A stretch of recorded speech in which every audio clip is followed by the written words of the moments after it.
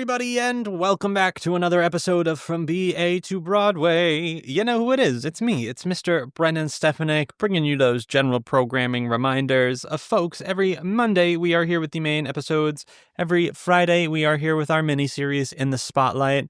I also just want to give a huge thank you and shout out to everybody that came out to see us on Sunday at Broadway Con.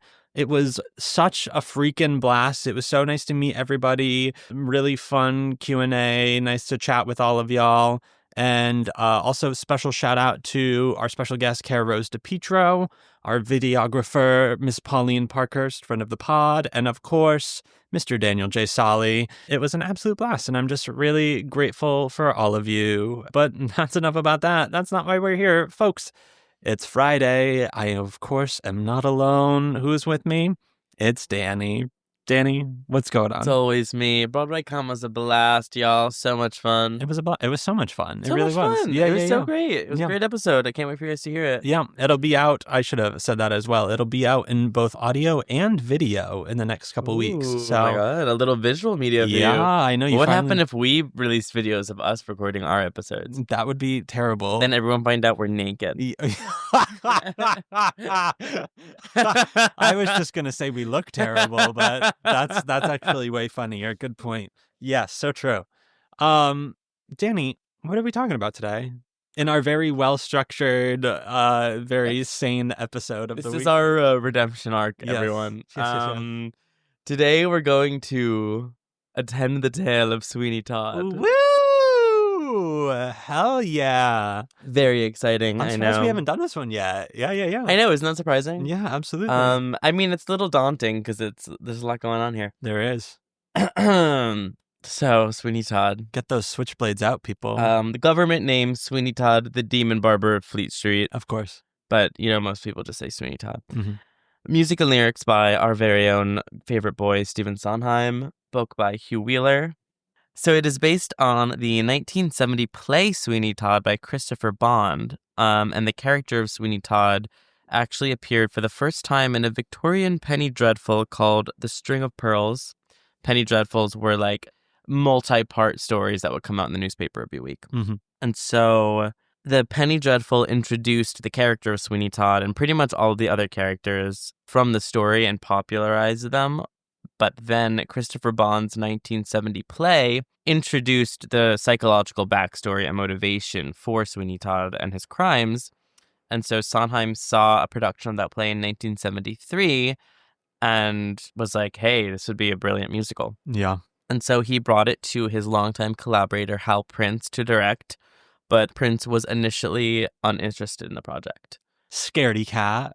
However, Hal Prince decided to create a metaphor in which to set the show. And so Sondheim originally had envisioned it as a small horror piece, but then Hal Prince turned it into this colossal portrait of the Industrial Revolution, an examination of the general human condition of the time as it related to men like Sweeney Todd. And so Sondheim said, Hal's metaphor is that the factory turns out Sweeney Todds. It turns out soulless, defeated, hopeless people. That's what the play is about to him.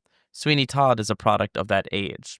I think it's not. Sweeney Todd is a man bent on personal revenge, the way we all are in one way or another, and has nothing whatsoever to do with the time he lived in, as far as I'm concerned.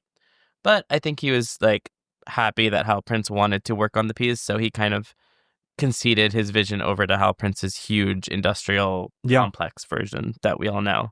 And while he was writing the piece, Sondheim's first choice to play Miss Lovett was Angela Lansbury. However, at the time, she was a big Broadway star, and so she said to him, your show is not called Nellie Lovett, it's called Sweeney Todd, and I'm the second banana. Oh my God, and Angela! So Sondheim, in order to convince her, he auditioned for her and played her several of Mrs. Lovett's songs. Yeah.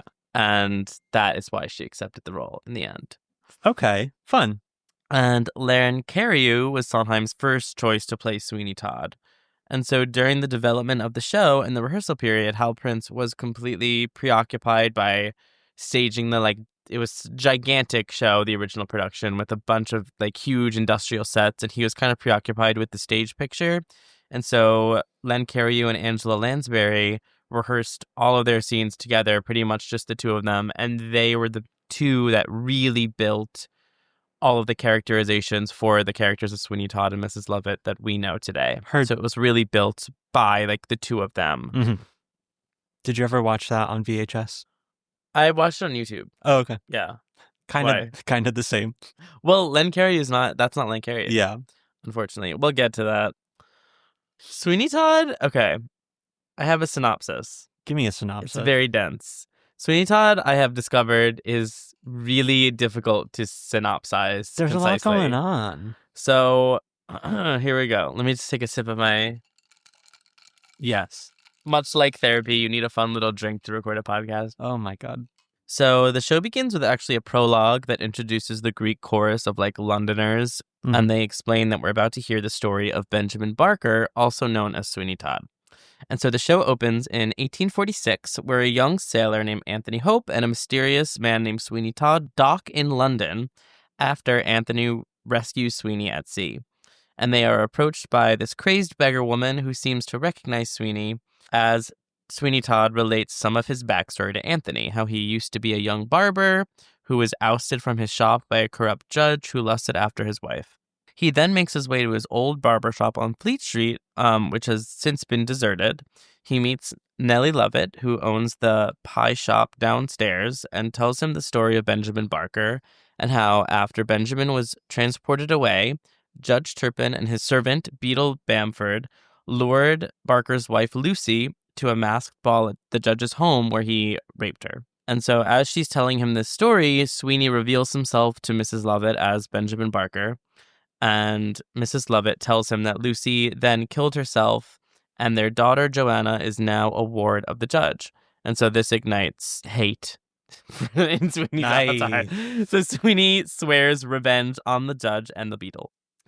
Elsewhere, Anthony sees Joanna like in the window of the judge's home and falls madly in love, not realizing that she is actually Sweeney Todd's daughter. And so in order to establish himself back into society, Sweeney Todd goes to like the town square and challenges another barber, Pirelli, to a face-off in order to get his name out there and hopefully lure the beadle and the judge to his shop so he can kill them. Yada yada, he ends up making a name for himself. He ends up killing Pirelli with his razor in his shop, and Mrs. Lovett takes in his young assistant, Tobias Ragg, to help out in the shop, to give him kind of a place to go. He eventually does lure the judge into his shop, and right as he is about to kill him, Anthony runs in exclaiming his intent to elope with Joanna, which causes the judge to storm out.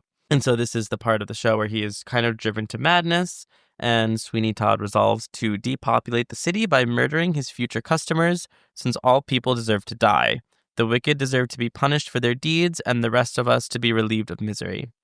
And while discussing how to dispose of the bodies, Mrs. Lovett suggests they use the bodies of Todd's victims in her meat pies, and he agrees.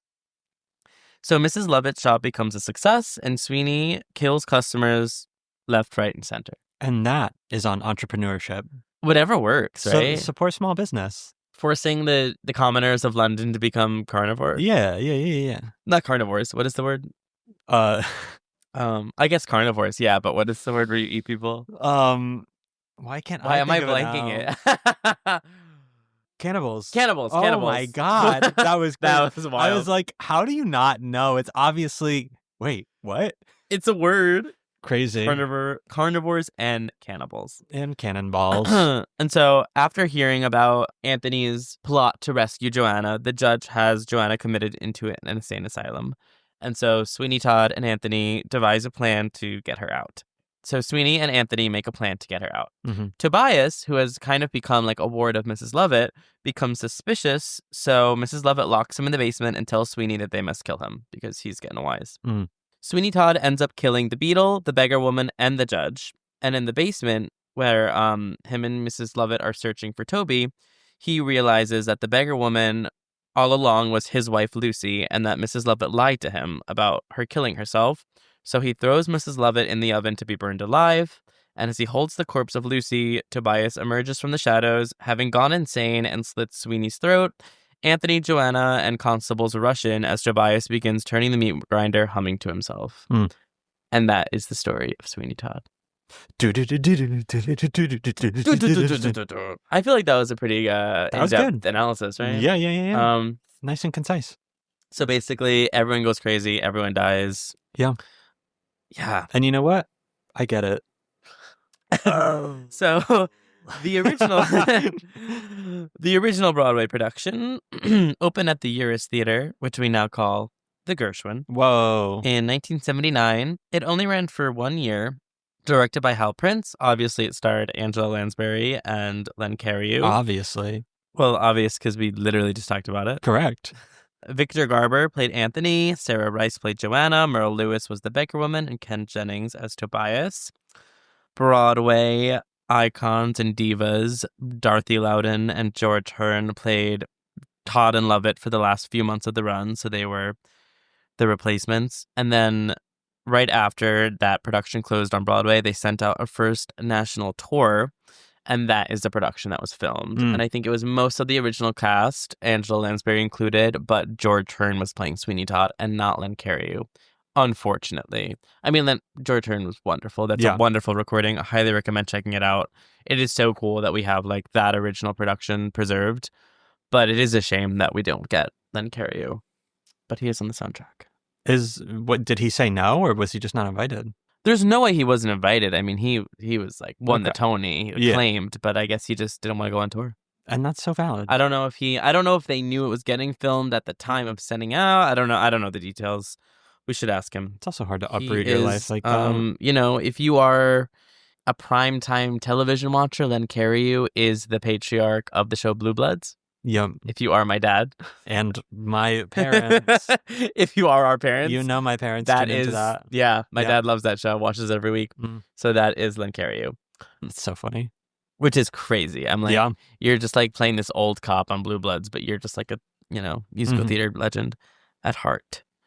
And then we have our first Broadway revival, which opened in 1989 at the Circle in the Square Theater, directed by Susan Schulman, featuring Bob Gunton and Beth Fowler as Sweeney and Lovett. This one only lasted for a couple months. Whoa. And it was a pared down and intimate production, which was popularly dubbed Teeny Todd. Oh, no. Oh, no. I kind of love it, though. I think that was also like Sondheim's original conception of the show, though, right? It was like a tiny little intimate production, which I think Circle in the Square is a really interesting theater to have Sweeney Todd in. It could be really cool. Because it's tiny. For sure, but it also could be teeny tiny. In 2005, we got our John Doyle London transfer to Broadway at the Eugene O'Neill Theater. And in typical John Doyle fashion, it was very minimal, and the actors all played their own musicians. So this production featured Patti LuPone as Mrs. Lovett and the tuba player. Iconic. And Michael Cervers played Sweeney Todd and played the guitar. And this is a really... I wish I got to see it live. There's a lot of cool bootlegs of this production, though. The concept is like the whole show is taking place in an insane asylum, and the patients are putting on the production of Sweeney Todd. I've seen a similar production in concept like that. Like regionally? Yes. So this Broadway revival was a very kind of like radically different than what we've seen from Sweeney Todd. It was like, the original, Sweeney Todd is a huge show. A lot of people kind of have the debate of like, is it a musical? Is it an opera? 80% of it is sung through. It's got a cast of like 25 and a huge orchestra of 27. And so this production, very typical of John Doyle, was like, they slashed the orchestra. It was 10 actor-musicians on stage. Yeah. Very pared down. The costumes were like... Patti looked like she was at like a metal rock concert. Oh, no. But it was like pretty acclaimed, and I think it was really inventive. Okay. Kind of, what I always say is like, if you're going to do Sweeney Todd, like do something crazy with it. For sure. I think, Patti had high hopes of winning the Tony that year, but it did go to the Shans for The Color Purple, as it should have. And then we had many years, like over 10 years later, we had the Off-Broadway revival in 2017 at the Barrow Street Theater. That is also one that I really wish I got to see. Yeah. They took this like tiny little Off-Broadway house. They turned it into a functional pie shop. And it was like this crazy, tiny, immersive production. And throughout the course of its run, Matt Doyle played Anthony. Norm Lewis was Sweeney Todd. Hugh Pinero then came in as a later Sweeney Todd. Carolee Carmello was Mrs. Lovett. And I think it was like also an intimate small cast production. I know Pirelli and the Beggar Woman were played by the same actor. Like really cool. It seemed like a really cool production. Interesting. That it ran for like a couple of years actually. I do remember that one sticking around. Yeah, I didn't even live here yet, but I had taken a couple trips during those years. Yeah, and it was here every time. Yeah, I mean that was one that was always kind of hard to get cheap tickets for. Yeah, but I wish that I had gotten to see it. Dinner and a show. Wow. And the performers were like right here. Yeah, I know like Matt Doyle talks about having to like sing Joanna like in Stephen Sondheim's face. Oh wow. When he came to see it because he was like right here. And then we have our 2023 Broadway revival. Woo! Which opened at the Luntfontein Theater, directed by Thomas Kail. And this one was exciting for the gays because it featured the original gigantic Jonathan Tunick orchestrations. So they put back the 27-person orchestra, used all the original orchestrations. Alex Lacamoire was the music director. So in our kind of current Broadway state of, a band with 5 musicians and 1 synth, it was really exciting to get like a full orchestra in there.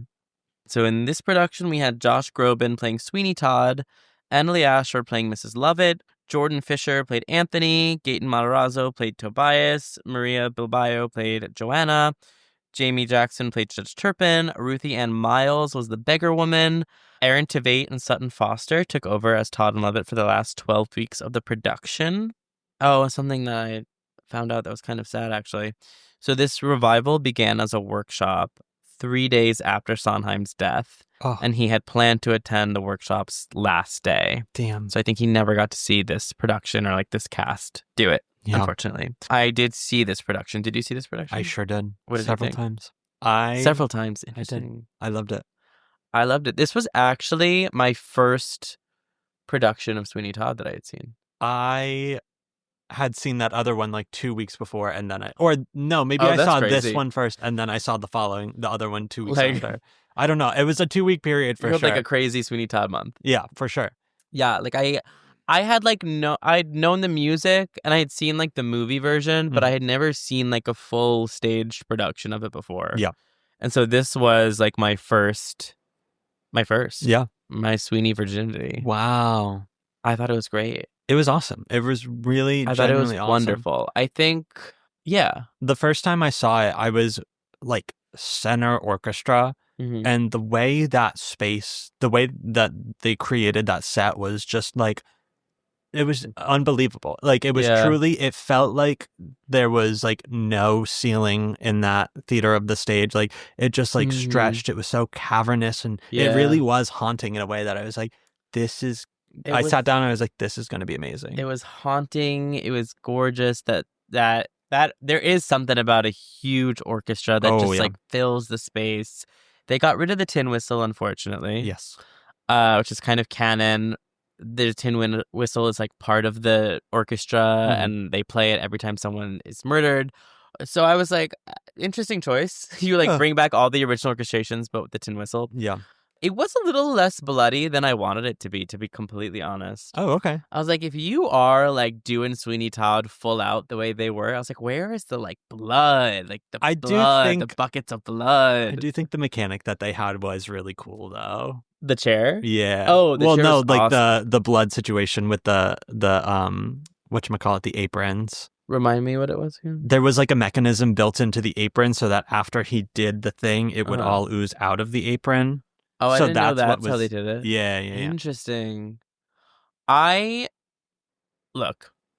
Josh Groban has one of the most beautiful voices of his generation. Oh, yeah. I don't think anyone's going to call this controversial in any way. But, I think there could have been other choices for the part of Sweeney Todd. You know what I read? 100%. I think it might have, I don't remember. I think it was the New York Times, possibly not. One of the reviews, they put it in a way that I was like, this is exactly how I feel. Where they were like, during Epiphany, Sweeney Todd is like burning in the depths of hell. Yeah. Like that is like what you have to like dig into. And Josh Groban set a forest fire. Heard. Where I was like, yeah, he did the thing. He sang it beautifully, but like, did the hair on the back of my neck stand up? Like, no, Yeah. not at all. You know, He didn't like, he didn't like deep into the fiery pits of hell in the way that like yeah, Len Cariou and George Hearn did in like the original Yeah. productions of the show. I would call him serviceable. Like he did, Yes. he did the thing. Mhm. It was honestly exactly what I expected. I was like, you sang it beautifully. Mm-hmm. You gave a very kind of standard, like you did the thing. You Yeah. played the part. Like, did I get like chills? And like, if you're playing Sweeney Todd in a major production of Sweeney, in like the major revival, like it just is like it's like a part that like demands the Tony Award.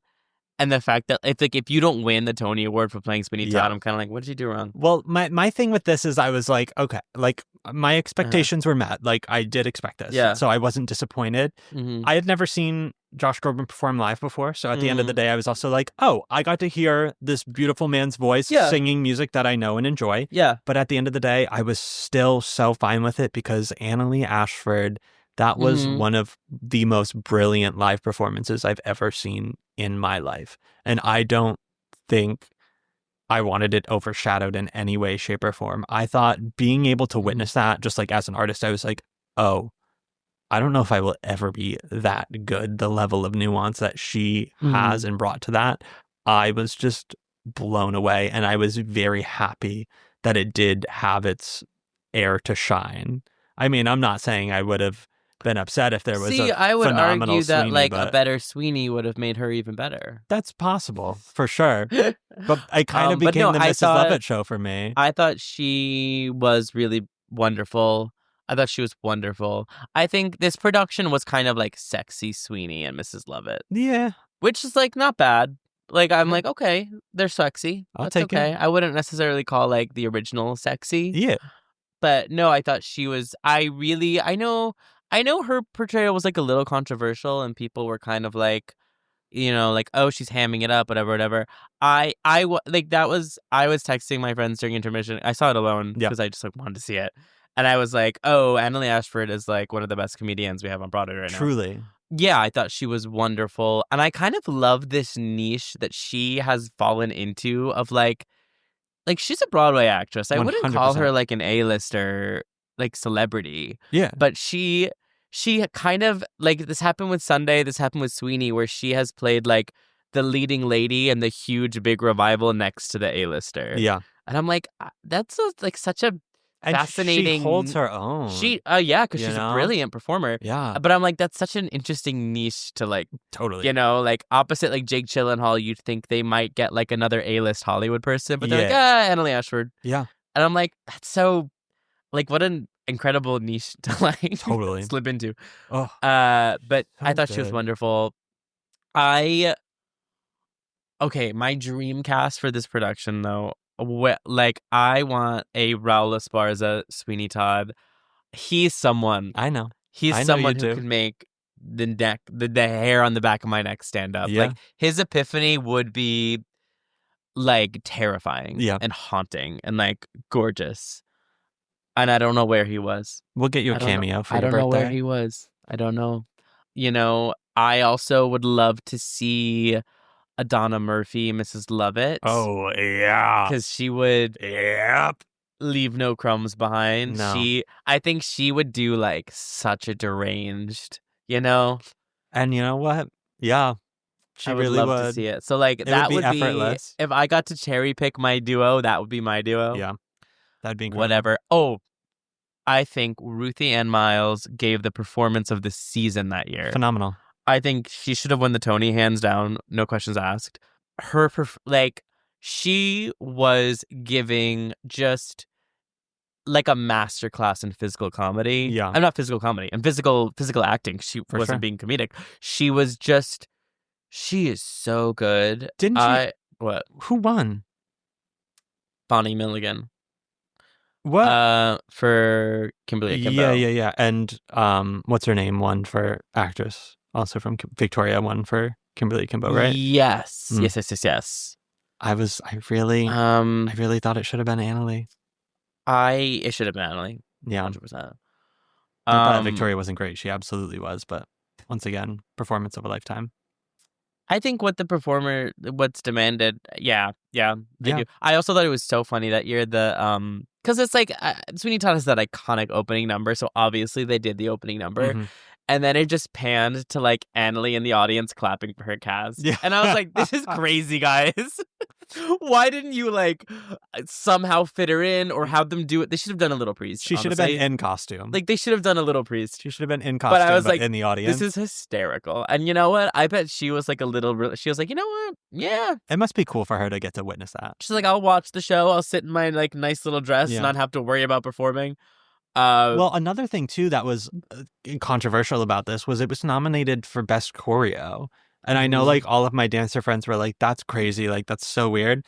And then I saw it and I was like, honestly, this is kind of sick. It was very funky movement based. I don't remember it being controversial for being nominated for choreo. Oh, okay. Well, I guess I was just hanging around with a lot of dancer and firsts they were mad at the time. I mean, they were like, why is this in the category, you know? Because it was, I mean, just because you're not kicking your face and, doing 5 twirls doesn't mean it's not choreo. I agree. And I saw it and I was like, this was honestly so cool. It's not anything I ever would have expected from Sweeney Todd, but I was like, yeah. I enjoyed elements of the choreo. Okay. Like, there were some moments of it where I was like, oh, this is really cool and inventive and whatever. And then there were moments of it, and I don't even remember specifics because it was so long ago now, but there were specifics where I was like, okay, now it just feels like you're shoving choreo into a show that doesn't need it just to say you're doing choreo in the show. Okay. So it was like a little bit of a hit or miss throughout the show for me, but some of it was really cool. I think in my mind, the moments that are sticking out is like the overture situation. I think that's really what got me. Yeah. Now that I'm thinking about it. Exactly. I'm like, it was almost like puppetry almost. Like it was very so cool. But now that you're saying that, I can't really think of too much other things that were really standing out to me. But yeah. I mean, they kind of just like rocked everyone's shit when they announced Aaron Tveit and Sutton Foster. Yeah. I didn't get to see them. I kind of wish I did, honestly. Yeah. Here's the deal. I agree. Aaron Tveit's not right for the role. No. Not right for the role, and they went for a sexy Sweeney. And that's okay. And that's okay. That was a cash grab. It was a cash grab. He's got a fan base, and he is he's wonderful. He's a wonderful actor. Yeah, phenomenal stage actor who's just like not right for the role. Yeah. Sutton, on the other hand, I'm a stan. Of course. I'm a stan for my girl. I think I've said this before. I think that Sutton's casting was actually very smart. I agree. And it was the kind of casting where it's like, I don't think I ever would have thought of her myself initially when you're like, oh, who should play Mrs. Lovett on Broadway? But when they announced her, I was like, you know what? That's really interesting. Yeah. Like it's a stretch for her, but it also is absolutely in the world of what she does. It's like musical comedy. Yeah. Like, that is what she does. Like that Mrs. Lovett is supposed to be played by like a larger than life comedian. I think it was overshadowed by the fact that she had just come off of Music Man, which was... Well, that's what I say. Yeah. I think that if she hadn't done Music Man, she would have gotten a lot more support for her Mrs. Lovett. Yes. But I think because she was miscast, and like, look, she was miscast in Music Man. Yeah. I think people already weren't willing to give her like, oh, that's a stretch for her, but something she could do. I didn't even really think it was a stretch. Like, nothing in my brain was like, oh, this is a stretch for her. I feel like everyone immediately hopped on a boat and were like, this doesn't fit her voice and yada, yada, yada. And there was like nothing. I think what she does is like, she's like a big brassy belter, tapper, does like classic musical comedies. And so, like, I think it's like a Sondheim like that did feel like a stretch. There was just like nothing in my brain that was like, oh yeah, no, she's not going to be able to do this. I was like, yeah. I think a couple of things. I think Music Man really hurt her. Yes, for sure. And I come from a generation, you young kids. Rabble. Where, like I grew up with, a Millie Sutton, a Fiona Sutton, a Reno Sutton, like. I feel like I learned about Sutton during her like golden years of like just like hit after hit when she was like the Broadway it girl. Yeah. And then she left Broadway for like 10 years or so to do Younger, which I am binging right now, by the way. Sutton stand forever. Has been on in this house 24/7. I cannot stop watching Younger. I'm like 2 weeks I've been watching it. I'm almost done with all 7 seasons. I feel like it's only been 1 week. Yeah, it's only been 1 week. I'm gonna be honest. And like truly, I feel like you started it like last Monday, and you were all the way I'm on like through. season 5 right now. That's crazy. So I think she was the Broadway it girl all throughout her 20s and 30s. She was like that performer who was just always in a Broadway show at any given time.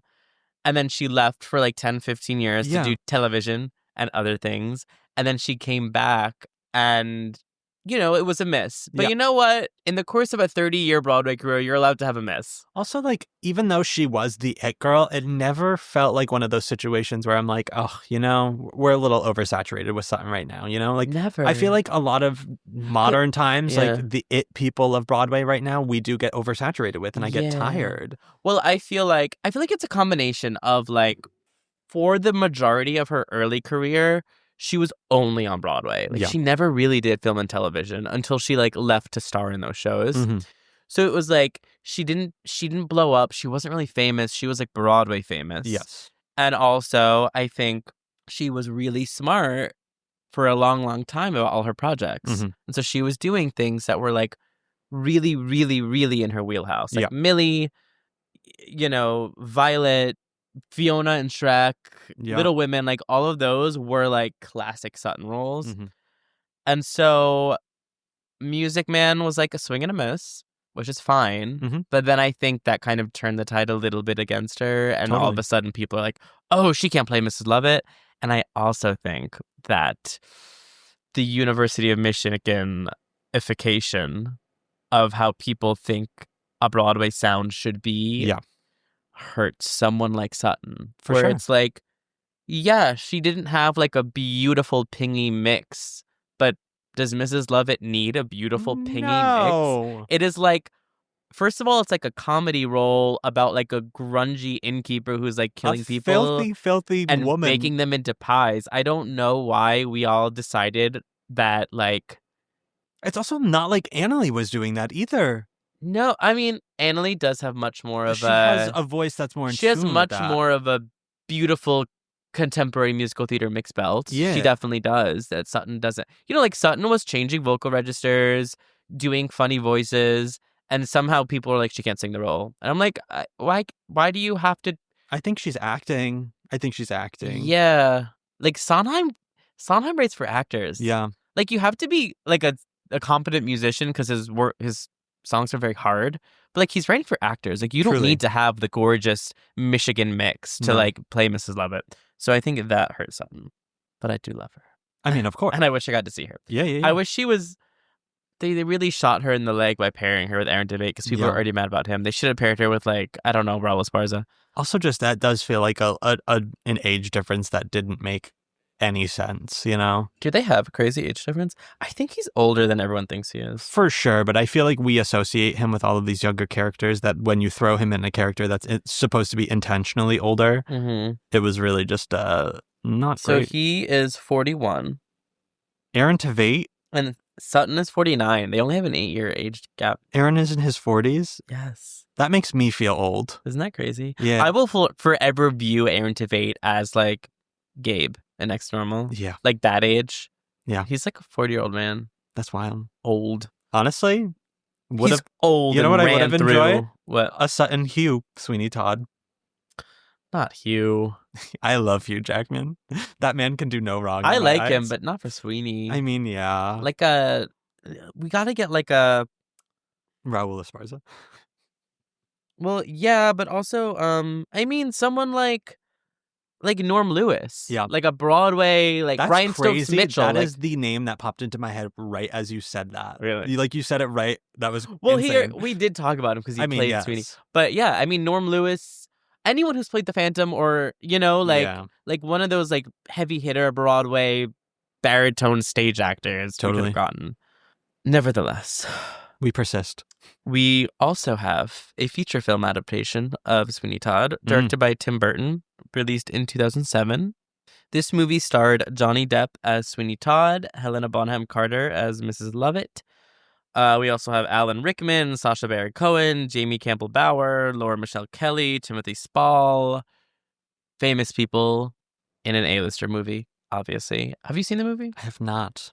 Really? Yeah. I've only seen it once many years ago. We should rewatch it.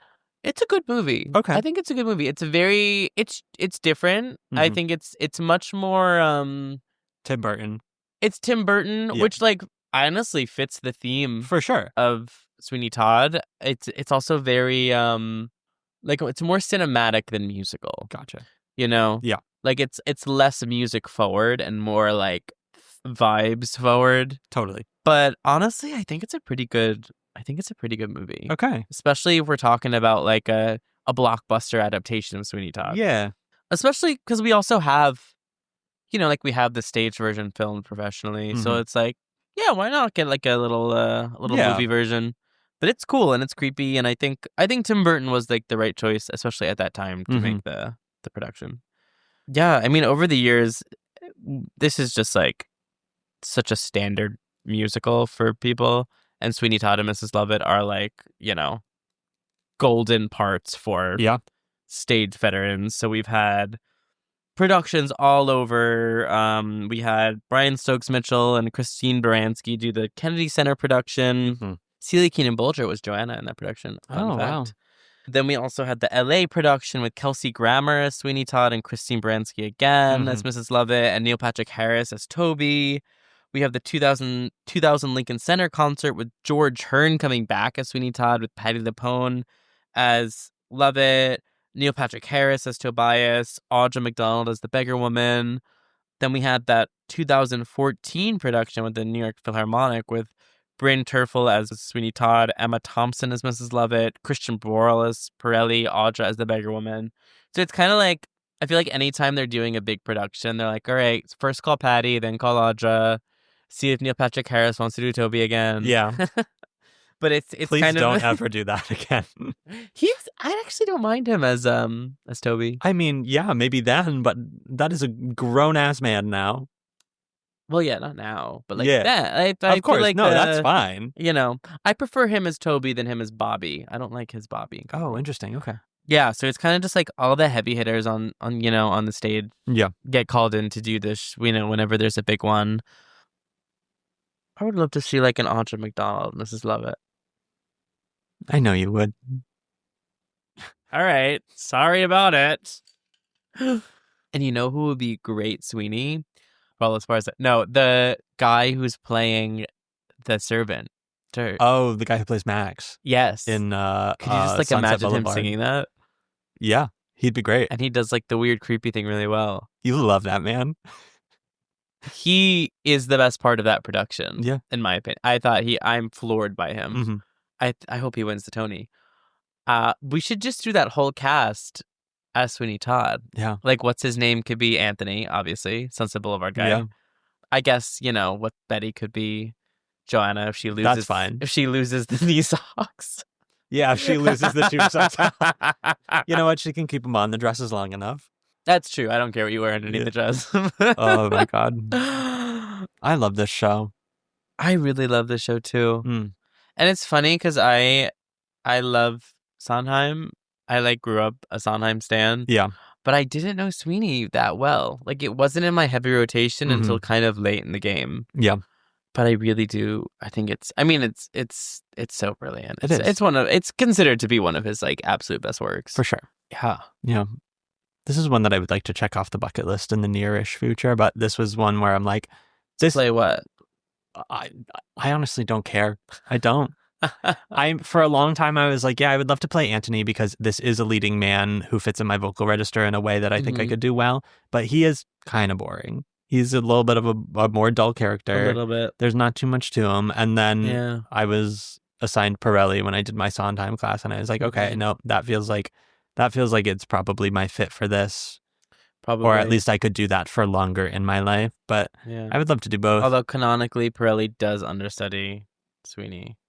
So I guess I'll have to wait a little bit. You gotta work on both. Yeah. If you're gonna do it. Damn. Yeah. I think my Toby days are kind of past me, unfortunately, which is like the role I would be right for. I wouldn't say so. Although I actually think this about Into the Woods, and I think this about Sweeney Todd. I don't think that Toby should be played by a child And I don't think that like Little Red and Jack should be played by children. I don't think it needs to be. I think it's like a misstep in both of those movies. Yeah.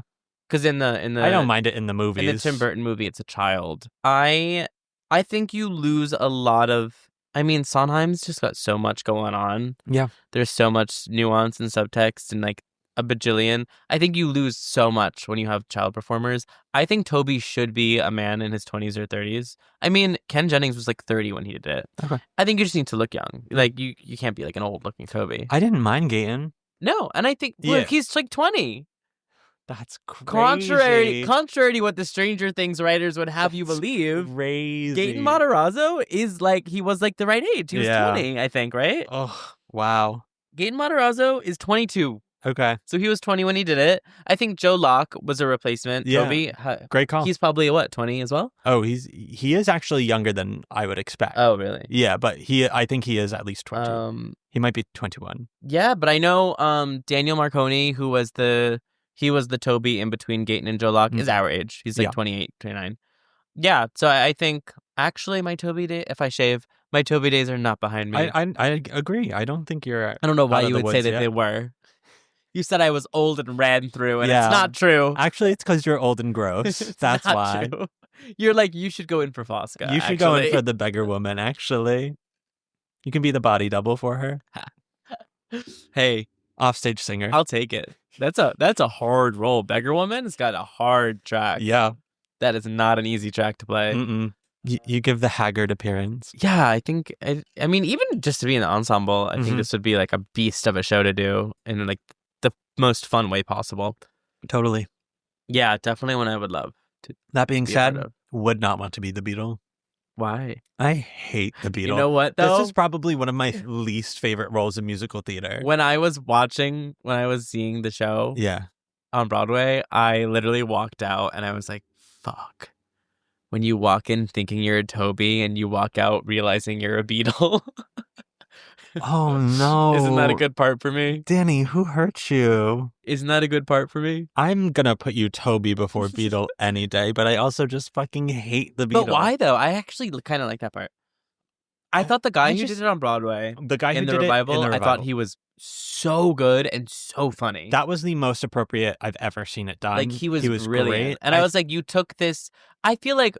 Well, correct me if I'm wrong. I'm going to let you talk in a second, I promise. Thank you. I appreciate it. I feel like time. Beatle, probably in like a school and or regional setting, that's probably the role that just like gets forgotten about. Yeah. Whereas like on Broadway, like, yeah, you have like an actual professional talented performer doing it, and it's a really good role.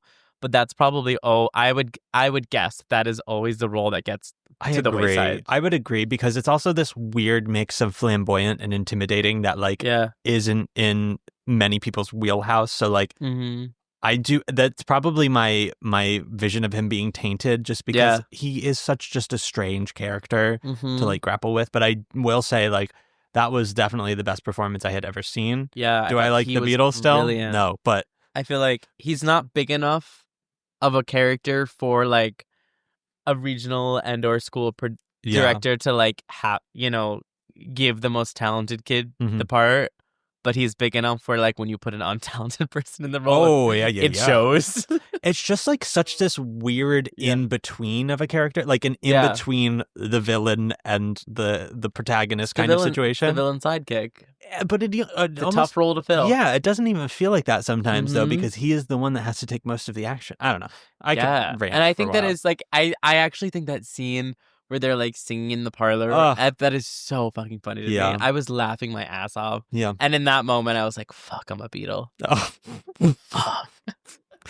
Don't do that to yourself. Not yet. Yeah, I got like 10 years. I haven't firmly exited my Toby years yet. Yeah. And when I do, you're still in your 20s. You're still in your 20s. Look, I still have Not While I'm Around in my book. Yeah. It's fine. There we go. Actually, I don't know if I do. I shouldn't. It's ran through. Yeah, you were told to take that out. Oh no, that was Giants in the Sky. It was Giants in the Sky. Thank you very much. Yeah.